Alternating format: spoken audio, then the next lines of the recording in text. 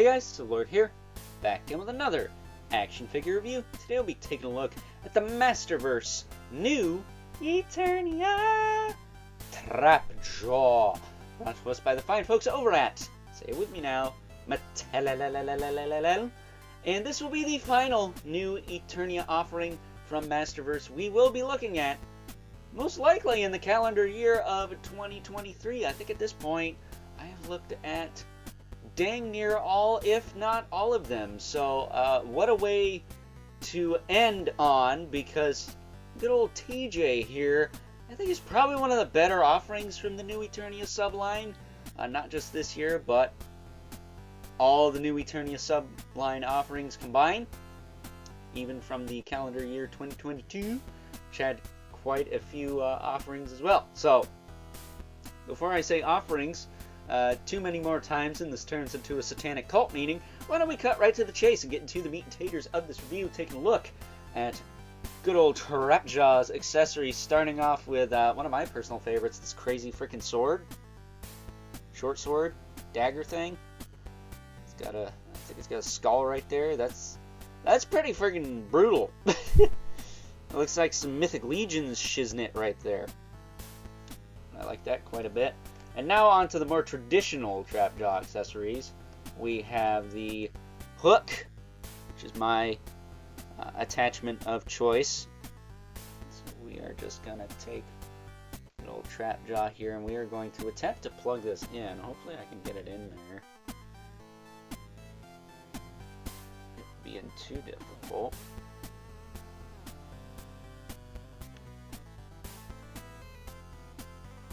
I think it's in there. There, now it's in there. A little tight. I had to heat it initially, but it does go in. I don't know, I just like the hook. I think he could really do some damage with that.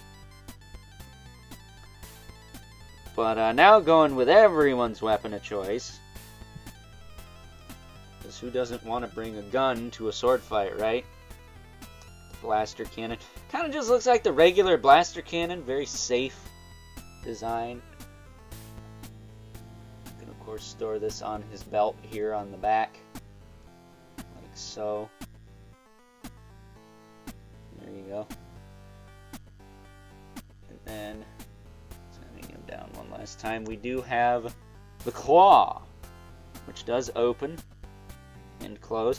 But the cool thing is you could take half the claw off, setting that over there. If we bring in our Trapjaw, you could see that I can easily remove his jaw here. Alright.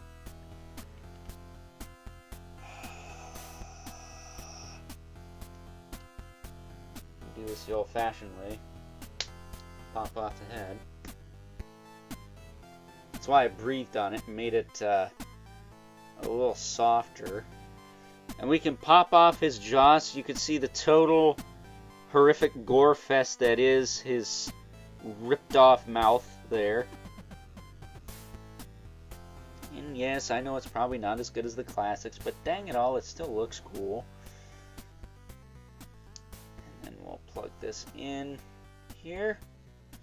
And now we have him with the new and improved jaw that's kind of big and bulky and really tough looking.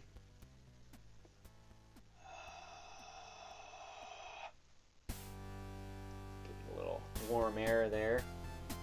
God knows I have plenty of it. Pop the head on, and there you go. It's Trapjaw with his new jaw. And then in regards to the claw, we can take the old jaw, plug it into the claw.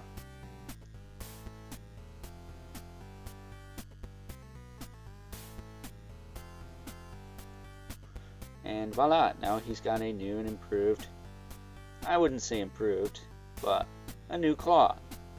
Which doesn't really articulate that much, but it does kind of streamline things. The claw is a little less bulky now, so when I hang it off his back, it doesn't hang off nearly as much. Lifting his arm up here. I will tell you, the belt is kind of loose fitting, but it doesn't like pop off. There's just not like a big enough tab back here to kind of lock it in. But I guess if you have the Revelation belt, that might actually work on this dude. But there you go. There's his two weapons on the back. I will say they do have a tendency to pop out sometimes. Yeah, they just kind of pop out sometimes. They don't really have a good locking mechanism. That said, he does have a spot for the sword on his back, or dagger, whatever you want to call it. You can shove that in there.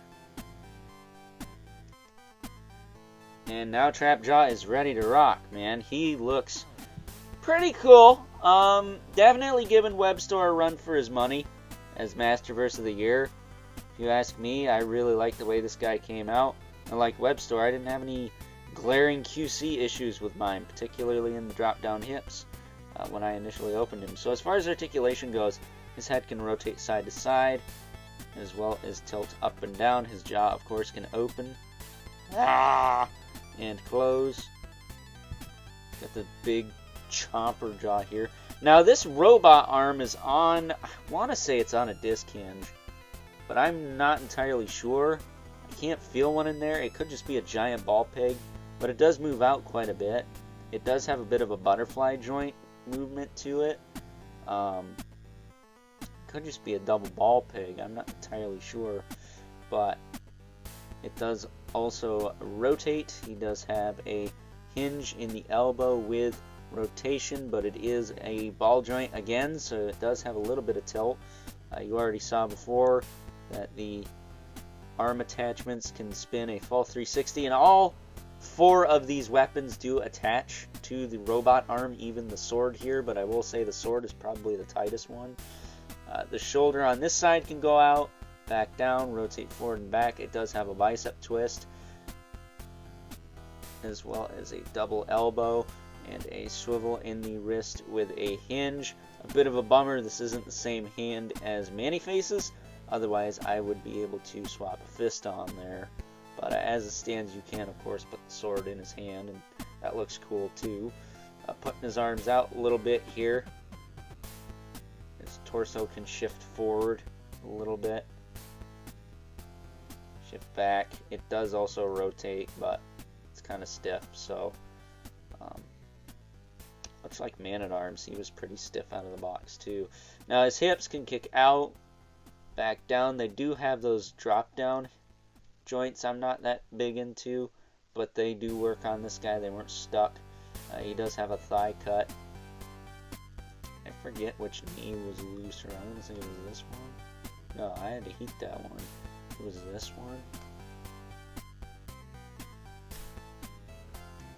And yeah, I pretty much popped the belt off and everything. And then let's just take that stuff off.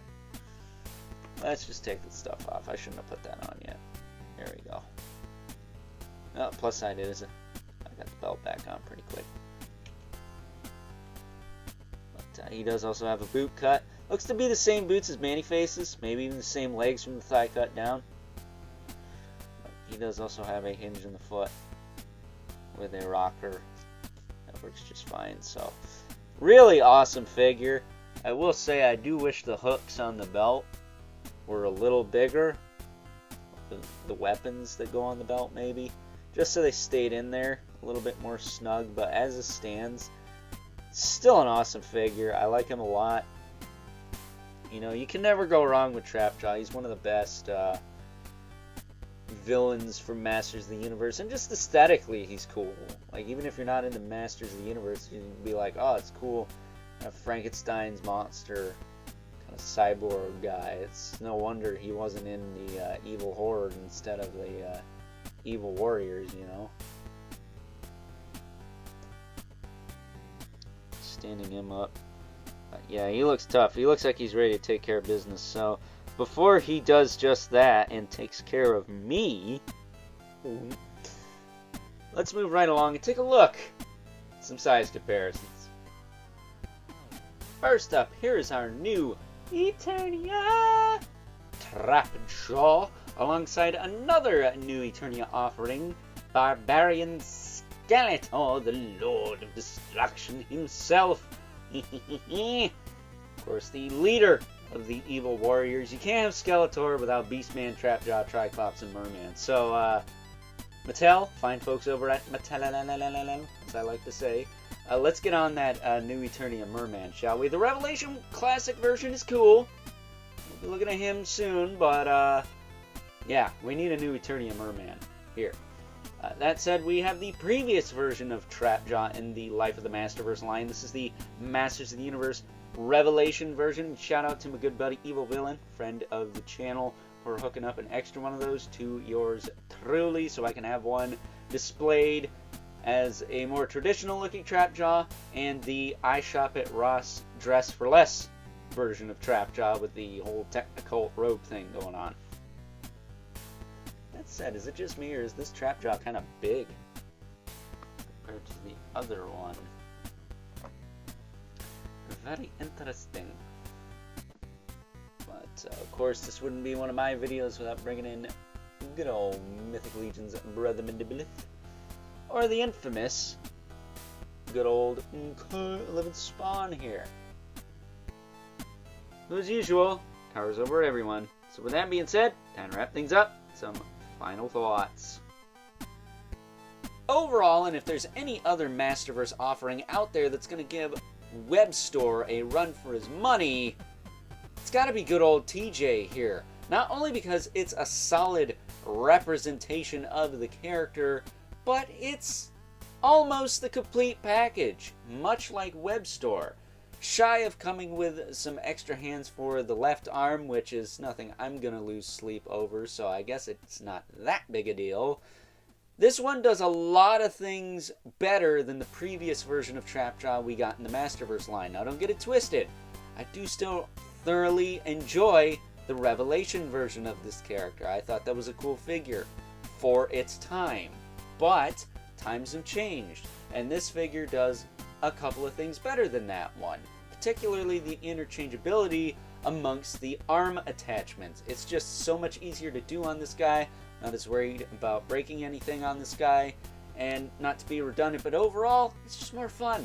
And at the end of the day, that's what it's all about, right?